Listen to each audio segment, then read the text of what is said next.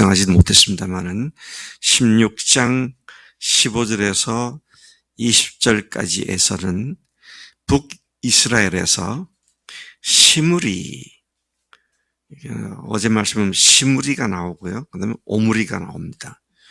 그 시대에는 무리라고 하는 사람들이 무리를 일으킨 것 같아요.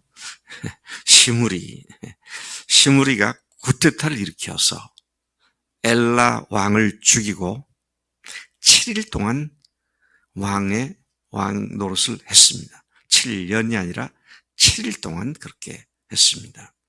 그렇지만 이스라엘의 무리들은 그가 아닌 군 사령관쯤 되는 지휘관 오므리를 추대해서 시므리를 죽게 만들었습니다. 그래서 오므리가 왕이 됐죠. 시므리 다음에 오므리가 21절부터 28절까지에서는 그 오므리 왕이 이 12년 재위했는데 그 기간 동안 사마리아 성을 건축했는데 그 사람에 대한 하나님의 평가는 여호와 보시기에 그 전에 모든 사람보다 더욱 악했다. 그래서 26절 여로보암의 모든 길을 행하며 하나님을 노엽게 했다. 그가 죽고 나서 그 다음에 이스라엘 전 역사에서 가장 문지아로 손꼽히는 아합 왕이 등장을 합니다.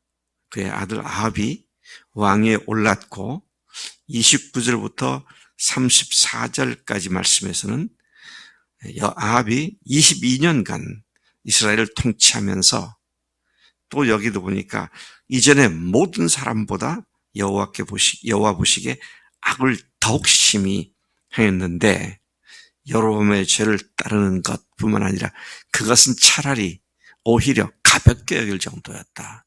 그 정도가 아니었다. 그렇게 말을 하고 있습니다.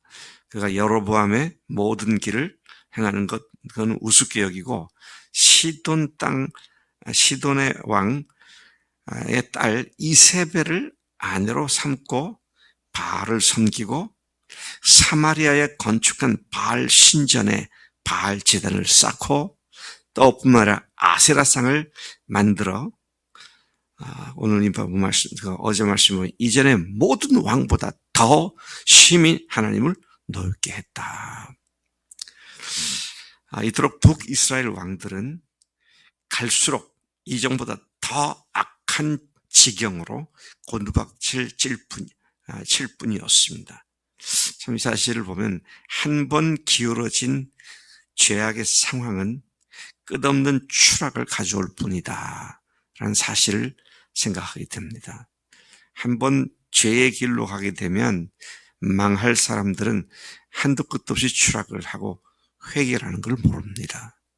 자, 그런데 오늘 말씀, 우리 17장에서 오늘 본 말씀은 더욱 악으로 추락하는 그 시대에 하나님은 그래도 이스라엘을 사랑하셔서 구약 성경 중 이스라엘 온 유대 민족들이 가장 존경하는 인물로서 모세를 꼽게 되죠. 모세 하면 율법 그러잖아요. 모세에 필적하는 한 선지자를 세웠는데 바로 그 사람이 엘리야입니다. 아합 시대 때 엘리야가 등장을 하죠. 여러분 잘 보면 구약은 크게 둘로 나눠보라 그러면은 시편도 있고 오경도 있고 그렇지만 크게 둘로 나누면 율법과 선지서입니다. 율법과 선지서. 그래서 예수님이 부활하시고 난 뒤에도 율법과 선지서에서 나에 대하여 뭐라고 말을 했더냐. 이제 그런 말씀을 구약이라는 말을 뭉뚱그려서 말할 때는 율법과 선지서. 그런데 율법이 모세가 율법을 대표하는 인물이라고 한다면 선지자를 대표하는 선지서를 대표하는 사람이 엘리야입니다. 여러분 잘 보세요. 예수님께서 3명의 제자들을 데리고 변화산에 올라가셨죠. 그때 구름 가운데, 그 무리 가운데 누가 나타났어요? 네, 모세와 엘리야가 나타납니다. 그만큼 구약 전체의 핵심이 율법과 선지서다, 그렇게 말할 수 있습니다. 근데 그 두 사람을 놓고 보면 모세는 굉장한 그에 대한 언급이 굉장합니다. 민수기 12장 3절에 의하면 이 사람 모세는 온유함이 지면의 모든 사람보다 승하였다, 그렇게 말하죠. 모든 사람보다 온유함이 가장 탁월한 사람이었다, 뛰어난 사람이었다. 그런데 비해서 엘리야에 대해서는 신약 야고보서 5장 10절을 보니 엘리야는 우리와 성정이 같은 사람이었다, 그렇게 말하죠. 엘리야에 대한 이런 언급은 우리에게 사실은 굉장한 도전과 위로가 되는 말씀으로 이해가 됩니다. 왜냐하면 그도 우리와 별반 다르지 않은 보통 사람이었는데 그 보통 사람 엘리야를 사용하셔서 훗날 하늘에서 불을 내리기도 하시고 비를 내리기도 하시는 엄청난 일을 하나님께서 행하신 것을 보게 되죠. 우리 그리스도인들은 어떤 사람이든, 약한 사람이든 부족한 사람이든 잘난 사람이든 못난 사람이든 하나님의 손에 온전히 맡겨지고 의지하고 순종하게 되면 별 볼 일 없는 사람이라 할지라도 하나님으로 말미암아 크게 쓰임 받을 수 있다는 사실을 우리에게 상기시켜 줍니다.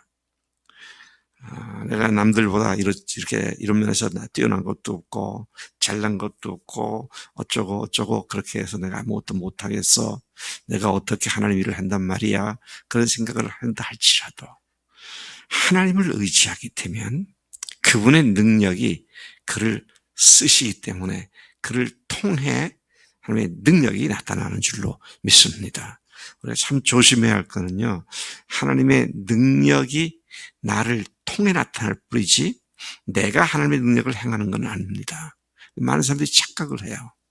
내가 하나님께로부터 능력을 많이 받아가지고 큰 능력을 베푸는 것처럼 생각하는데, 많이 받는 것이 아니라 하나님이 일하시는 데에 방해가 되는 것들을 온전히 내려놓고 주님이 마음껏 나를 쓰시도록 내어드림을 통하여 그분이 하시는 일이시죠. 자, 그런 면에서 부족하고 연약한 우리도 하나님께서 순종하기만 하면, 온전히 주 앞에 굴복하게 되면 언제든 나를 쓰실 수 있다, 이 사실을 보게 됩니다. 그런 엘리야를 오늘 본문 말씀에서 하나님께서는 아합 왕에게 보내어 하나님 말씀을 전하게 하셨습니다. 가서 그가 한 말을 들어보면, 내가 섬기는 이스라엘의 하나님 여호와께서 살아계심을 두고 맹세한다. 내 말이 없으면 수년 동안 비도 이슬도 내리지 않을 것이다.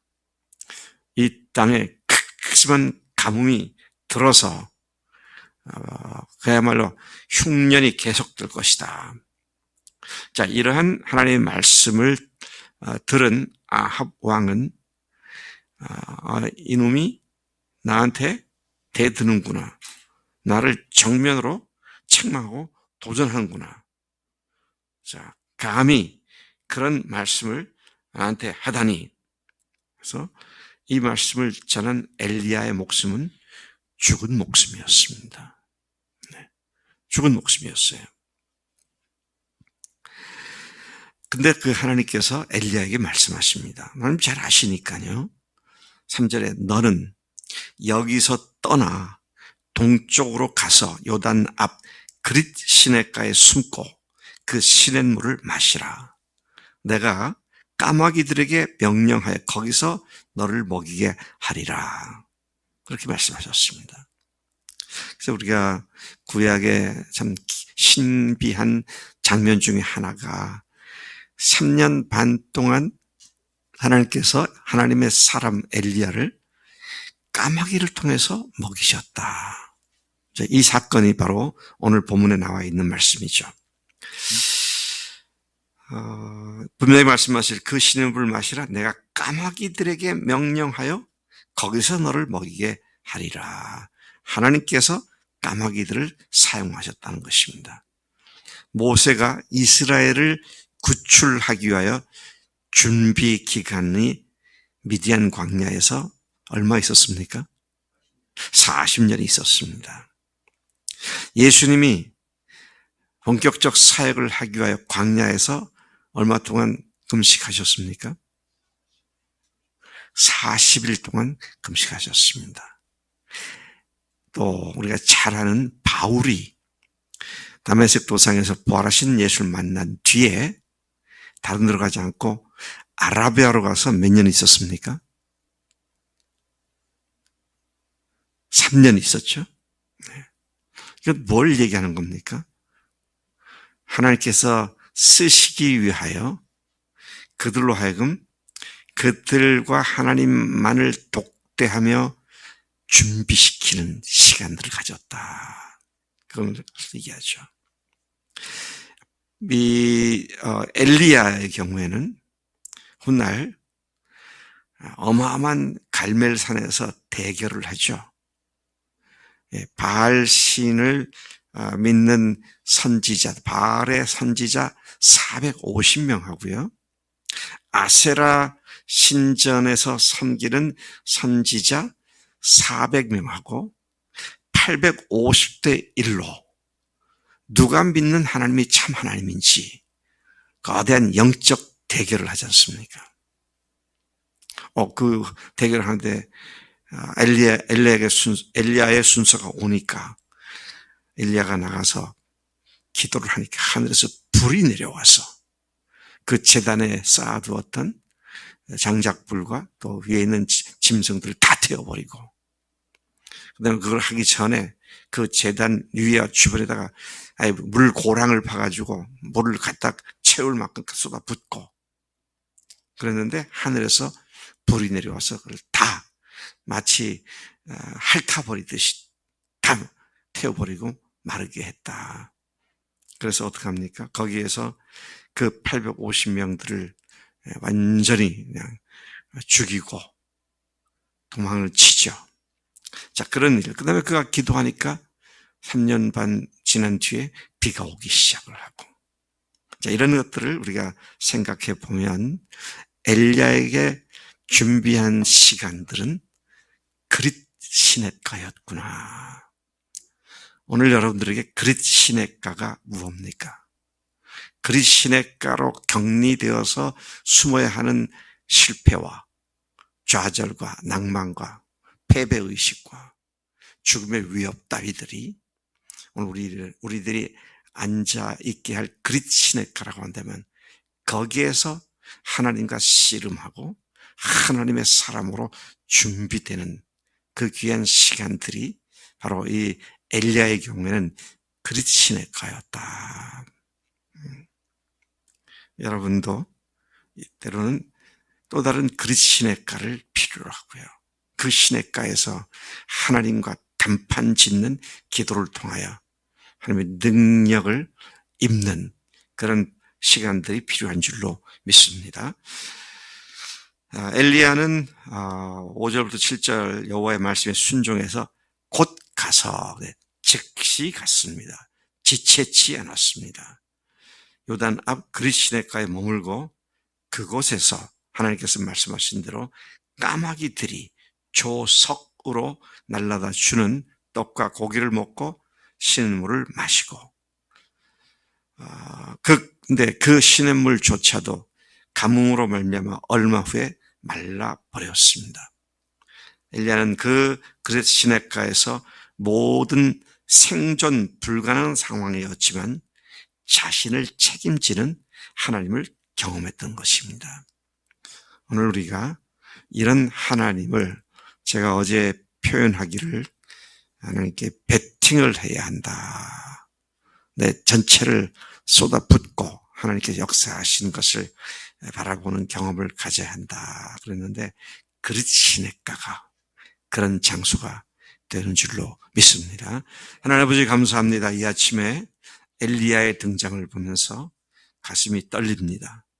하나님 구약 전체를 통해서 대표하는 모세와 엘리야, 그가 우리와 성정이 같은 사람, 보통 사람이었음을 성경에서 말씀해 주셨는데, 그러나 그가 그릿 시냇가의 경험을 통하여 더욱 큰 하나님의 종으로 쓰임받을 수 있던 것을 주목합니다. 하나님은 우리가 현재 머물러 있지 않고 그릿 시냇가를 우리의 것으로, 그런 우리의 경험으로 만드는 적극적인 믿음의 삶 되도록 역사해 주옵소서. 감사합니다. 예수님의 이름으로 기도로 삼나이다. 아멘. 아멘.